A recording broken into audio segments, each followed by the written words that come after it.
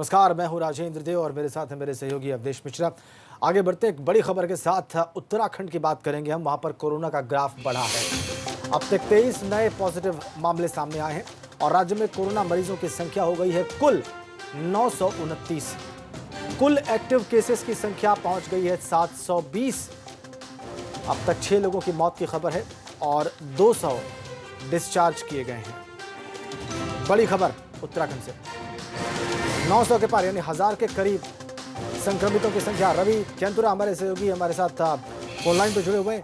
Ravi, 720 active cases, कैसे deal कर रही है वहां पर गवर्नमेंट इससे?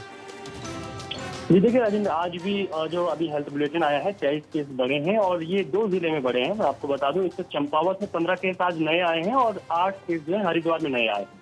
अब जो डील करने वाली बात है कि लगातार कोशिशें की जा रही है कि जितने भी लोग जो है बाहर से आ रहे हैं उन लोगों के ज्यादा से ज्यादा सैंपलिंग की जाए। कुछ लैब बढ़ाई गई है कि ज्यादा से ज्यादा रिपोर्ट जो है समय पर मिल पाए। लेकिन आज की एक अच्छी बात मैं आपको बता दूं कि जब से कोरोना ने उत्तराखंड में दस्तक दी है उसके बाद आज का एक ऐसा दिन है जहां सबसे ज्यादा मरीज रिकवर्ड हुए हैं। आज 98 मरीजों को अस्पताल से छुट्टी मिली है एक ही दिन में।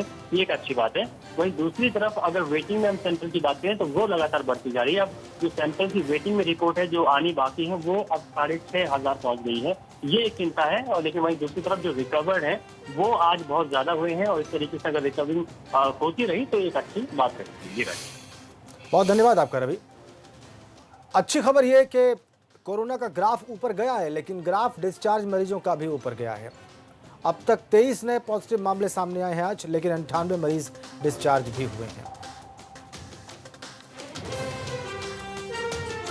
आज से अनलॉक 1 की शुरुआत हो चुकी है। वाराणसी के मडुवाडीह स्टेशन से आज शिवगंगा एक्सप्रेस रवाना होगी।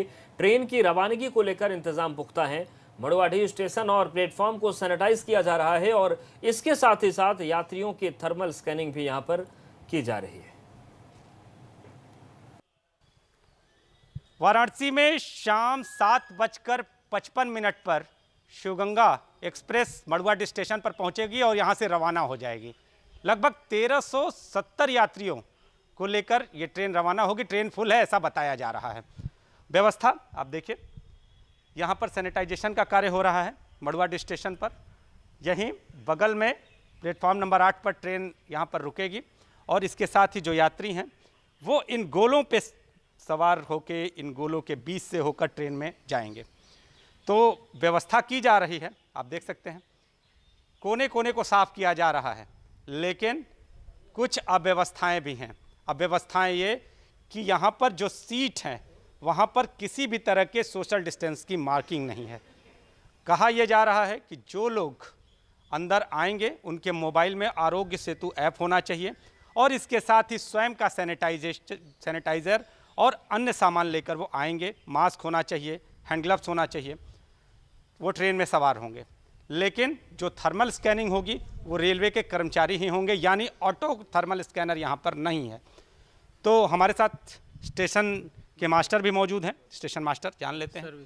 सर्वेश जी, किस तरह की व्यवस्था की है आप लोगों ने? व्यवस्थाएं हमारी तरफ से गाड़ी चलाने के लिए सारी कर दी गई हैं। शाम को 19:55 पे यहाँ से मडुवाडीह से दिल्ली के लिए गाड़ी जाएगी। वॉशिंग पिट पर गाड़ी को प्लेस कर दिया गया है और जो भी गाड़ी को हम लोग 6 बजे से पहले, शाम को 6 बजे से पहले ही स्टेशन पर प्लेटफार्म पर लगा देंगे और यात्रियों को 2 घंटे पहले से ही हम लोग सीधे स्कैन करके, थर्मल स्कैनिंग करके सीधे गाड़ी में उनकी सीट तक पहुंचा दिया जाएगा। अभी तक सीटों पर मार्किंग नहीं की जा सकी। आपके जो अपने जो कर्मचारी हैं वही स्कैनर यहाँ पे लेके खड़े होंगे। अभी ऑटो स्कैनर की व्यवस्था नहीं हो सकी। क्या ये कमियां कब तक पूरी कर ली जाएंगी? इसको लेकर क्या निर्देश है आपके? और आपने किसी को निर्देश दिए, किसी को कुछ लिखा, किसी को कुछ हुआ, कुछ इस बारे में कोई पहल की आप लोगों ने? नहीं, पहल क्या, हमारी तरफ से डिवीजन लेवल पर सारी कोशिशें जारी हैं। अभी आज पहला दिन है, लेकिन जल्द से जल्द सारी व्यवस्थाएँ जो भी कमियाँ होंगी सारी प्रशासन के द्वारा पूरी कर दी जाएंगी। तो पहला दिन है और कमियों को पूरा कर लिया जाएगा, ये कहना है मडुवाडीह रेलवे प्रबंधन का। कैमरामैन विशेष के साथ नीतीश कुमार पांडे, एबीपी गंगा, वाराणसी। तो अनलॉक 1.0 के पहले चरण में रेलवे ने भी सोमवार से सवारी गाड़ियों का संचालन शुरू कर दिया है। कानपुर सेंट्रल स्टेशन पर यात्रियों की भीड़ को देखते हुए व्यापक व्यवस्था भी की गई है। कानपुर सेंट्रल स्टेशन से हमारे संवाददाता प्रभात अवस्थी की ये रिपोर्ट देखिए। लॉकडाउन 5 में ट्रेनों के आवागमन का जो सिलसिला है उसको शुरू कर दिया गया है। अभी तक जो स्पेशल ट्रेनें थीं और जो श्रमिक एक्सप्रेस थी वही चल रही थी, लेकिन अब आज से जो ट्रेनें हैं उसकी आवाजाही शुरू होगी। अगर बात कानपुर की जाए तो तकरीबन 60 ट्रेनें जो हैं वो कानपुर सेंट्रल पर आवागमन करेंगी। तो लिहाजा कानपुर में भी जो उसकी तैयारियां हैं वो पूरी कर ली गई हैं। कुछ नई गाइडलाइंस ज़रूर स्टेशन के प्रबंधक की तरफ से दी गई हैं और उसको सख्ती से पालन किया जा रहा है। जैसे कि अब जो भी अभी तक लोड जो था वो बहुत कम था और लोगों की स्क्रीनिंग जो है वो बाहर ही हो जाती थी, लेकिन अब जो स्टेशन पर आने वाले लोग हैं वो ज़्यादा होंगे। लगभग 15,000 के आसपास जो यात्री हैं उनका आवागमन स्टेशन होगा। तो अब एंट्री के लिए दोनों 1 नंबर और 9 नंबर दोनों साइड से ही जो पैसेंजर्स हैं उनकी एंट्री होगी और एंट्री के बाद सबसे पहले उनकी टिकट और थर्मल स्क्रीनिंग कराई जाएगी। और सबसे अहम जो पॉइंट है वो ये है कि यहाँ पर एंट्री के बाद जो स्टेशन पर आने वाले लोग हैं उनकी जो अलग अलग प्लेटफॉर्म जिन पर उनकी गाड़ियाँ आनी हैं वहाँ पर जाने के लिए सिर्फ और सिर्फ वो सुरंग का प्रयोग कर सकेंगे। जो आप मेरे दाईं तरफ देख सकते हैं कि जो सुरंग है, मतलब कि जो ट्रेन पकड़ने के लिए आ रहे होंगे कानपुर, वो अपने प्लेटफॉर्मों पर जाने के लिए सुरंग का इस्तेमाल करेंगे और अपने जिस प्लेटफॉर्म पर उनकी गाड़ी आनी है वहाँ पर वो सुरंग के माध्यम से ही पहुँचेंगे। तो वहीं जो लोग स्टेशन पर गाड़ियों के द्वारा आए हैं और उनको यहाँ से घर की तरफ जाना है तो वो दूसरी ओर मेरे बाईं तरफ की जो तस्वीर है वो मैं आपको दिखाना चाहूँगा कि इधर जो जीने हैं उनका इस्तेमाल करेंगे। ये खास इंतजाम इस वजह से किया गया है जिससे कि जो आने और जाने वाले पैसेंजर्स हैं वो आपस में मैच ना हो और किसी तरह की कोई समस्या ना क्रिएट हो। इसके लिए जो आने वाले पैसेंजर्स हैं वो अलग रास्ते से आएंगे और जाने वाले जो पैसेंजर्स हैं वो अलग रास्ते से निकलेंगे। तो साफ है कि तैयारियां जो हैं वो पूरी की गई हैं। सोशल डिस्टेंसिंग का फॉलो हो उसके लिए जगह जगह पर निशान बनाए गए हैं और पूरी तरह से सैनिटाइजेशन की प्रक्रिया है जो वो की जा रही है। और आज से जो आवागमन है उसकी शुरुआत हो गई है। लगभग 60 ट्रेनें जो हैं वो कानपुर सेंटर पहुँचेंगी। तो वहीं 15 से 20 हज़ार यात्रियों की आने की बात जो यहाँ के निदेशक हैं उनका कहना है। वीडियो संगीत के साथ प्रभात अवस्थी, एबीपी गंगा, कानपुर। अनलॉक 1 में पब्लिक ट्रांसपोर्ट को छूट मिली है, जिसके चलते कानपुर में सुबह से ही सड़कों पर चहलकदमी देखने को मिल रही है।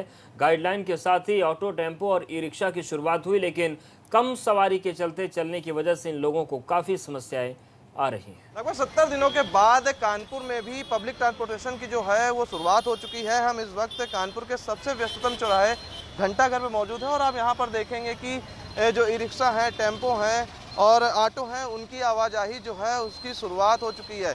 70 दिन के बाद, लंबे लॉकडाउन के बाद अब कानपुर में जो पब्लिक ट्रांसपोर्टेशन है उसकी शुरुआत हुई है कि इस तरह से ऑफिस खुलने शुरू हुए हैं।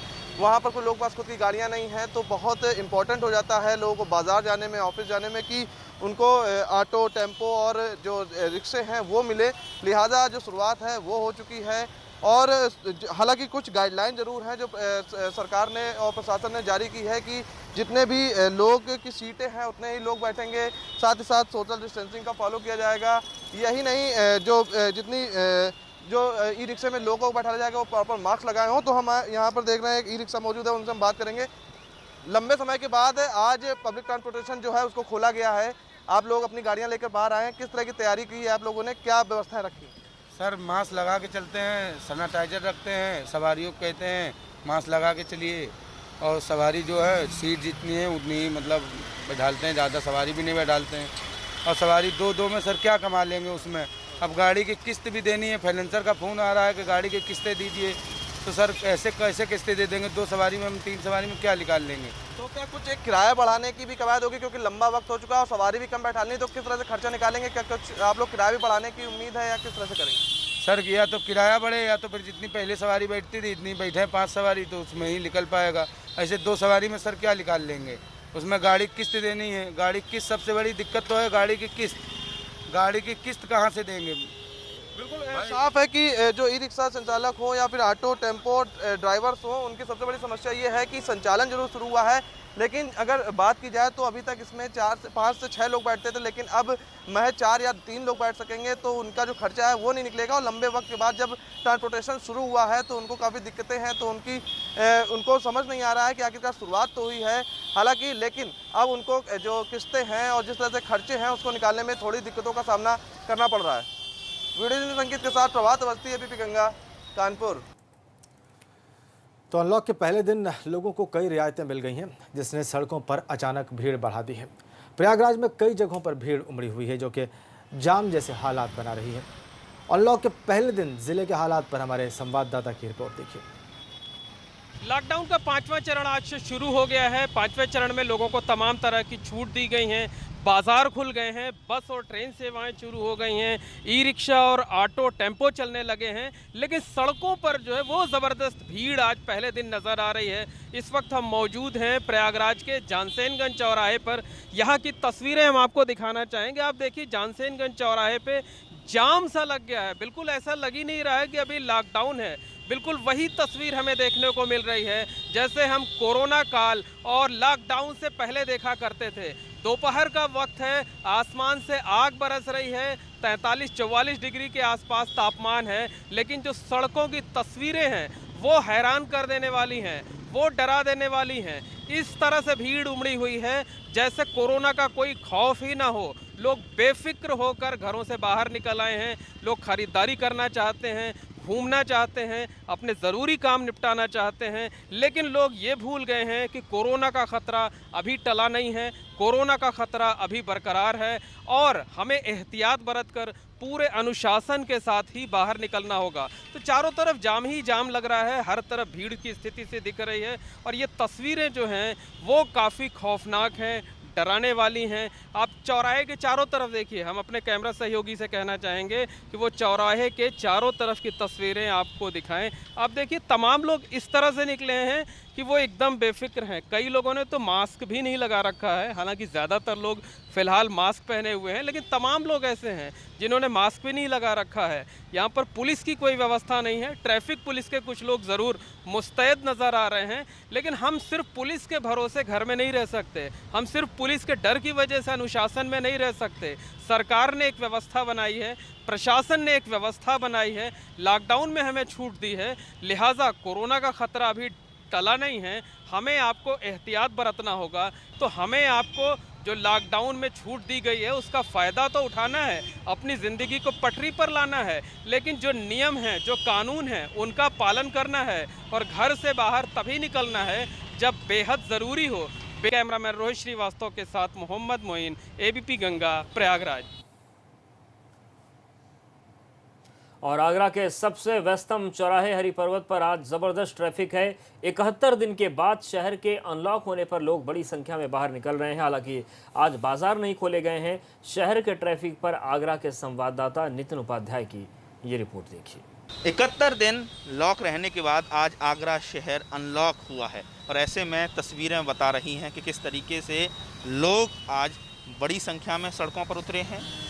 जिस चौराहे पर मैं खड़ा हुआ हूँ ये हरि पर्वत चौराहा है, शहर का सबसे व्यस्त चौराहों में से एक ये माना जाता है। और आप देख सकते हैं कि बड़ी संख्या में लोग आज अपने घरों से निकले हैं क्योंकि लंबे समय से कई लोगों के ऐसे काम पेंडिंग पड़े होंगे जो लॉकडाउन में वो कर नहीं पा रहे होंगे। हालांकि आगरा में बाज़ार 3 तारीख से खुलेगा, लेकिन आवागमन की परमिशन चूँकि भारत सरकार ने दे दी है और स्थानीय प्रशासन ने भी जारी कर दिया है। कई तरह की रेस्ट्रिक्शंस हैं, लेकिन सड़कों पर जो आवाजाही बता रही है कि लोग बड़े स्तर पर इस दिन का इंतज़ार कर रहे थे कि उनको सरकार की तरफ से लॉकडाउन में राहत दी जाए ताकि वो अपनी ज़िंदगी को एक स्मूथ तरीके से चला सकें।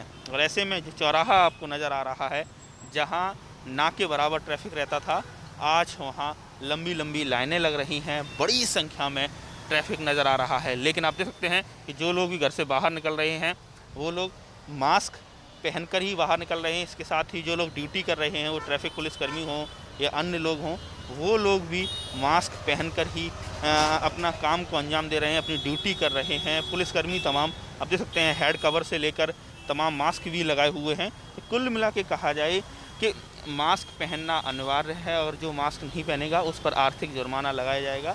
ये प्रशासन ने नियम जारी कर दिया है।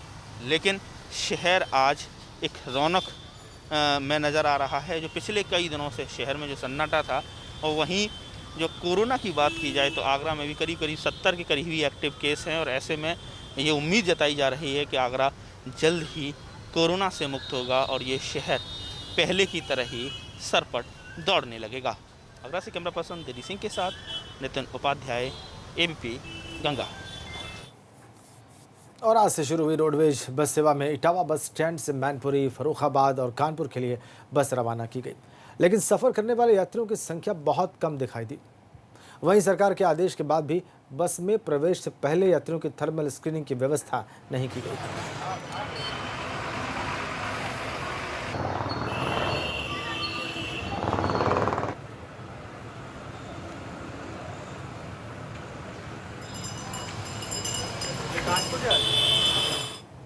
कन्नौज में हाईटेक पुलिस की बदहाल तस्वीर दिखाई दी। यहां पर पुलिस अपनी ही जीप स्टार्ट करने के लिए उसे धक्का मारती हुई नजर आई। इसका वीडियो भी अब सोशल मीडिया पर सामने आ चुका है। देखिए, एक तरफ कोरोना की महामारी, विपरीत परिस्थितियों में काम भी करना है, लेकिन अगर कोई इमरजेंसी आ जाए तो फिर सोचिए हालत क्या होगी कि पहले धक्का मारेंगे, फिर बड़ी रहम के साथ ये जीप स्टार्ट होगी और उसके बाद फिर आगे की सवारी शुरू होगी।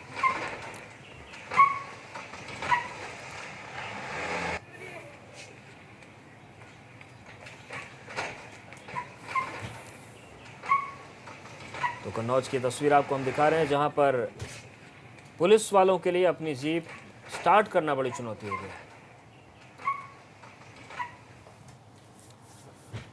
देखा आपने, पुलिस की जीप स्टार्ट नहीं हो रही थी, धक्का मारना पड़ा और उसके बाद भी बहुत देर तक स्टार्ट नहीं हुई।